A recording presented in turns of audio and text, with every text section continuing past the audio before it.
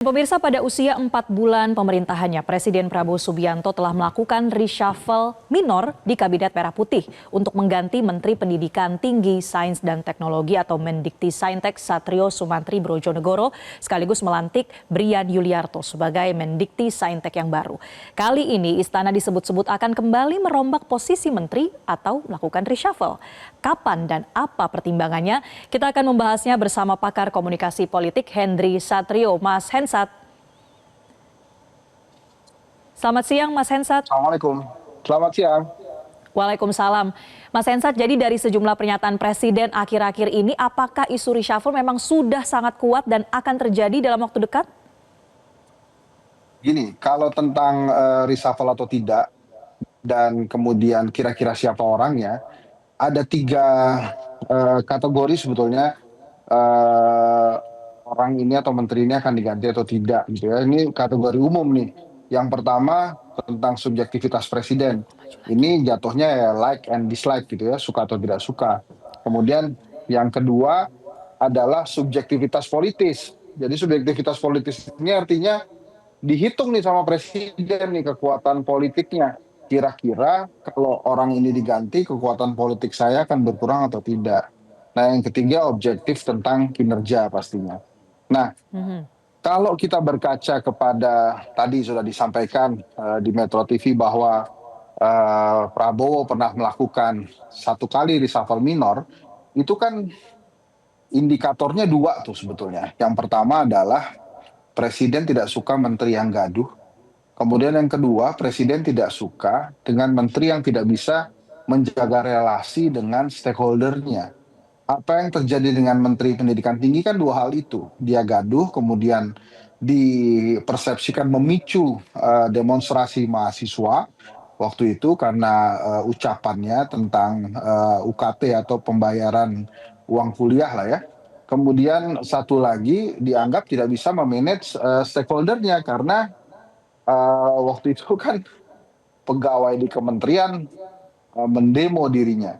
Nah, dua hal itu mungkin bisa diajukan acuan, kira-kira menteri siapa saja yang sangat mungkin terkena reshuffle gitu ya. Ditambah lagi dengan kriteria awal yang tiga tadi yang telah saya sebutkan di awal. Kalau memang ternyata ada menteri yang gaduh, kemudian tidak bisa menjaga hubungan baik dengan stakeholdernya, atau si menteri ini secara subjektif gitu ya, kena like and dislike dan secara Ya, nah Mas politis juga Hensat, tidak mengganggu kekuatan presiden, ya maka soal kegaduhan dan like and dislike tadi, ini sudah ada beberapa nama yang memang masih spekulatif sifatnya muncul, seperti misalnya Menkes, kemudian Menteri Koperasi, dan memang ada like and dislike yang terjadi di sana. Anda melihat ini menjadi suatu spekulasi yang cukup kuat atau seperti apa Mas Hensat? sangat mungkin ya kalau kita melihat kan begini. Saya yakin presiden mendengarkan apa yang ada di publik, apa yang ada di masyarakat. Makanya waktu perayaan 1 Juni itu dia merespon perayaan Pancasila kemarin ya, hari lahir Pancasila yang 2 Juni ya. Itu dia merespon kan, silakan mengundurkan diri sebelum kita tindak gitu. So artinya memang presiden mendengarkan itu dan kemudian merespon langsung ke masyarakat bahwa dia juga memahami keluh kesah yang terjadi di masyarakat gitu ya. Dan bukan hanya menteri-menteri itu saja kan yang menjadi sorotannya, beberapa menteri juga masuk dalam lingkaran, misalnya kasusnya minyak kita gitu ya, belum lagi tentang kasus di Judi online. Pertamina gitu ya, dan lain-lain dan lain-lain. Saya rasa presiden punya catatannya tuh. Oke, itu tadi soal faktor-faktor yang akan mempengaruhi keputusan presiden. Tapi kalau soal waktu, apakah kegaduhan yang bisa jadi salah satu faktor tadi Mas Hensat sudah masuk ke tahapan klimaks? Sehingga sepertinya sebentar lagi nih akan ada reshuffle. Saya kalau tentang waktu sih ya bosen mungkin ya pemirsa Metro TV juga kalau kita jawab prerogatif presiden. Tapi kalau kita lihat waktu itu kan presiden pernah mengatakan bahwa dia menilai pemerintahannya dia saat ini poinnya 6 gitu ya, waktu dengan beberapa pemret beberapa bulan lalu. Nah, Mhm. pasti kan presiden juga ingin meningkatkan kinerja pemerintahannya kan dari 6 jadi 7, 7 jadi 8. Itu kan pasti ada pergantian-pergantian. Waktu itu dinilai dalam waktu 6 bulan, sekarang sudah 7 bulan. Nah, kemudian saat ini mungkin masih dalam suasana haji, suasana Idul Adha. Ada beberapa menteri yang sedang bertugas di Mekah untuk mengelola atau memantau pelaksanaan haji. Jadi kan kalau kita kira-kira, oh berarti waktunya sudah mulai dekat, mungkin saja setelah Idul Adha gitu ya. Karena kalau dilihat-lihat kan keinginannya Pak Prabowo segera ingin meluncurkan beberapa program unggulan seperti Koperasi Merah Putih, kemudian ada Sekolah Rakyat dan lain-lain. Jadi mungkin waktunya juga nggak akan lama, tapi secara politik kalau kita memprediksi ya antara setelah Idul Adha hingga Oktober. Kenapa Oktober? Karena tepat 1 tahun beliau menjadi presiden. Nah itu juga sangat mungkin kemudian beliau ingin melakukan evaluasi-evaluasi termasuk pergantian pemain Mhm. supaya kalau di dalam sepak bola segera mencetak gol gitu kira-kira Mbak. Oke. Nah, tadi ya soal pergantian pemain, apakah ini pergantian memang secara besar atau mungkin minor seperti di masa 4 bulan pemerintahan kemarin? Dan kira-kira ada tidak yang akan dirotasi? Mas Hensat, kita akan bahas sesaat lagi, tapi usai jeda tetaplah bersama kami di Prioritas Indonesia.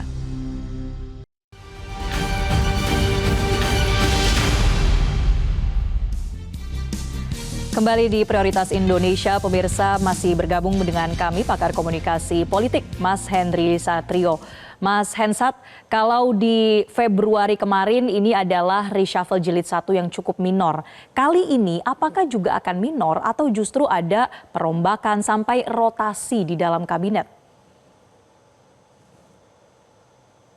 Nah, ini yang menarik pertanyaannya. Kenapa? Karena kan jumlah menterinya Pak Prabowo dan wakil menterinya ini kan besar sekali, belum lagi plus kepala lembaga ya.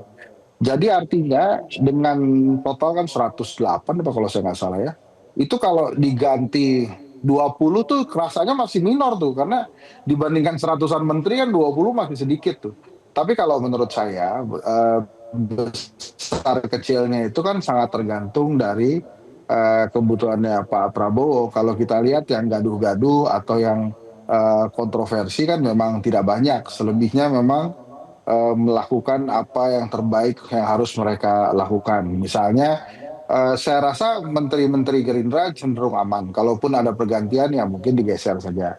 Tapi kalau menteri-menteri yang lain, apalagi yang tidak punya cantolan politik, nah ini mungkin akan jadi pertimbangan yang luar biasa memudahkan Pak Prabowo gitu ya kalau tanpa cantolan partai politik. Tapi kalau profesional tapi memang kinerjanya bagus ya itu otomatis pasti bisa dipertahankan. Nah kalau pertanyaannya Mhm. kira-kira besar atau kecil, kalau saya sih menilainya eh, sangat mungkin tidak lebih dari 20 ya. Jadi kalau seratusan ya berarti hanya sekitar 25%-an saja. Nah kalau 25% itu dihitungnya besar atau kecil, kalau menurut saya sih so-so saja. Jadi memang kalau dalam pertandingan sepak bola ya dari 11 pemain itu kan boleh diganti sekarang 5 ya. Jadi artinya sekitar 40-50-an persen. Nah ini kalau diganti 25% mungkin hitungannya masih minor.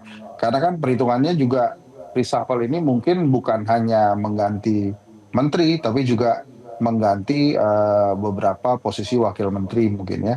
Nah itu yang Mhm. saya lihat berdasarkan pandangan kejadian-kejadian politik belakangan Oke, ini. Mas Tapi Hensat. apakah kemudian Pak Prabowo pasti mereshuffle?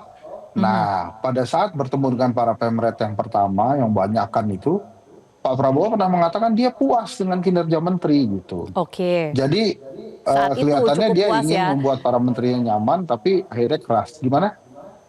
Ya, Mas Hensat, tadi Anda sempat menyebut soal cantolan politik. Nah, kira-kira di reshuffle, kalau kemudian nanti ada jilid 2 reshuffle ya, ada tidak nih kursi dari mungkin cantolan politik atau partai politik, kelompok lain yang saat ini belum ada di kabinet tapi kemudian masuk menjadi kekuatan baru bagi Presiden Prabowo Subianto? Ya, yang gini, yang katanya sudah berada di dalam koalisi tapi belum mendapatkan kursi menteri kan Nasdem dan PKS ya, walaupun PKS ngaku-ngaku atau mengklaim Pak Yasser Lee itu adalah kader atau rekomendasinya mereka. Walaupun di acara Q&A itu waktu itu memang belum tayang sih. Beliau mengatakan bukan bagian dari PKS. Nah, kalau dikatakan PKS dan Nasdem mungkin akan mendapatkan jatah ya mungkin saja. Tapi pasti kan arah pertanyaan tadi itu kan ke PDI Perjuangan kan. Gini, kalau Mhm. tentang PDI Perjuangan sih saya menilainya begini. Saya yakin PDI Perjuangan mungkin tidak akan masuk ke koalisi seperti Golkar atau PKB masuk ke koalisi. Jadi artinya tidak harus mendapatkan jatah menteri. Tapi apakah mereka bisa mendukung pemerintah? Menurut saya bisa. Karena dalam deal politik itu hitungannya bukan tentang menambah posisi saja, tapi posisi yang sudah ada tidak diganggu itu juga sudah termasuk deal politik tuh. Apa maksud saya? Misalnya begini, Mbak Puan di DPR tetap menjadi ketua DPR. Itu kan dengan kekuatan Pak Prabowo di DPR yang 80-an%, kan eh, bukan perkara sulit itu untuk mengganti Undang-Undang MD3 misalnya, yang akhirnya Mhm. harus mencopot Mbak Puan dari ketua DPR. Tapi kan itu tidak dilakukan. Beberapa jabatan di lembaga, kalau saya tidak salah, tetap ada kader PDI Perjuangan, misalnya BPK gitu ya. Bahkan Dubes pun PDI Perjuangan kan masih mendapatkan kursi. Jadi artinya kalau ditanya apakah PDI Perjuangan akan masuk ke pemerintahan, kalau menurut saya dia belum pernah berada di luar pemerintahan.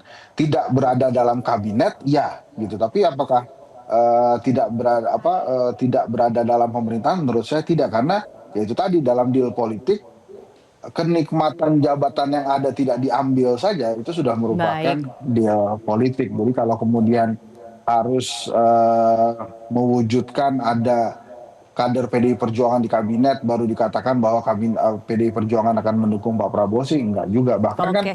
akhir-akhir ini sudah jelas sekali dikatakan di berbagai acara, kader PDI Perjuangan mengatakan bahwa mereka dapat perintah dari Ibu Mega untuk mendukung Mhm. Baik. program-program Pak Prabowo gitu.